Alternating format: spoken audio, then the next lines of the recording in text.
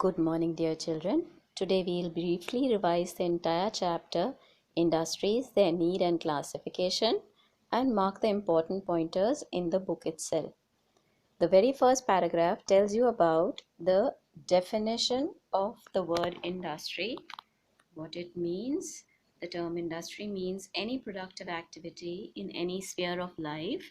It includes the people and all the activities involved in producing a particular thing or in providing a particular service.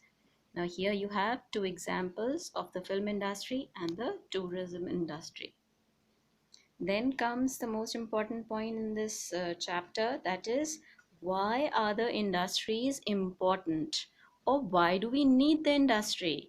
Or if we phrase another question, what is the use of an industry, or how is an industry useful to a nation? All these questions have only three-pointer answer. Number one, that is, they provide the infrastructural support for the development of a country. Number two, they provide us with products which make the life easier for us. And number three, they also provide employment to a lot of people.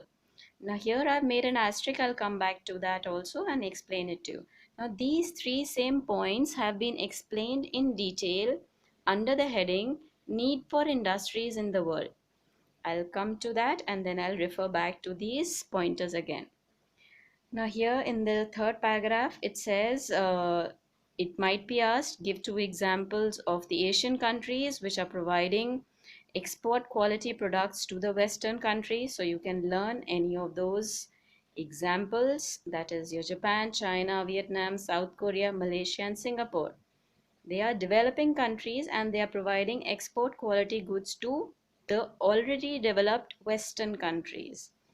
Okay, then we have the quick facts, that is, when or where did the Industrial Revolution begin? That is in England in the 18th century. And this I have explained in detail in the video which was sent before. So you can refer to that also. Here in this paragraph, there again can be a question placed that what has played a major role in the development of the industries in India? So here you can have just one simple answer, that the 5-year plans have played a major role in the industrialization of the country.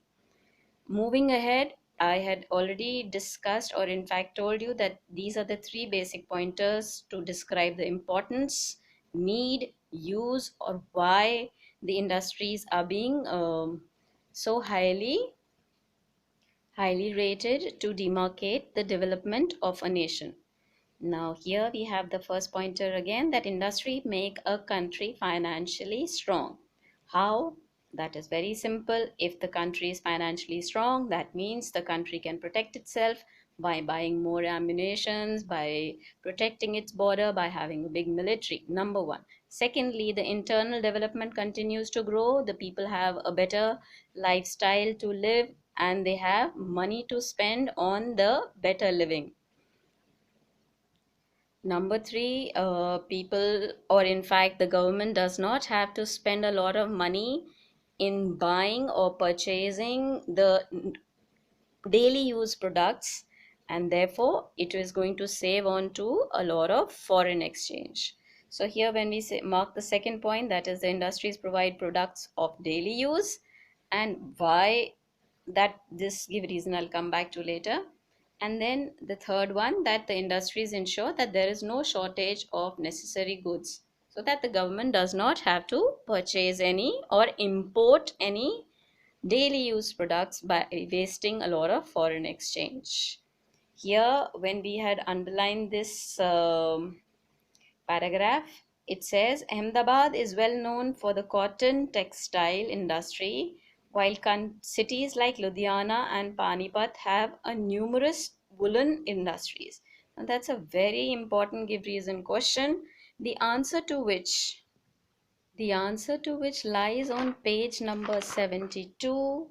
Here in the last paragraph, here they are explaining that the woolen industries will do well in areas of cold climate, while industries making cotton goods will thrive in areas which have warm and dry climate. Simply, the goods which can easily be sold or made in an area are going to be manufactured or sold in that particular area itself. Here they give a second example that Ahmedabad is well known for its cotton textile industry, while towns at the foothills of the Himalayas. Now, these are the same towns that they have mentioned out here. That is, Ludhiana and Panipat have numerous woolen industries. So we understand this give reason question also. Moving ahead in line, we come down to the classification of the industries. Now this is very important to understand. What are the bases on which the classification is done? Number one, or A, that is the size, B, ownership, and C, raw material. So we can quickly mark these here, and in detail we have classification on the basis of size A. Under this you have three types of industries. I have marked it here: A1, cottage industry. Then you have your A2, that is the small scale industry, and A3, that is the large scale industry. Now first we'll discuss the classification on the basis of size, and then we'll move ahead to the B, that is the ownership, and C, that is the raw material. Now when we talk about the first category, what it is dependent on: number one, the number of people employed; number two, the capital invested; and number three, the area it occupies. So all three of them are denoting or the basis of the size.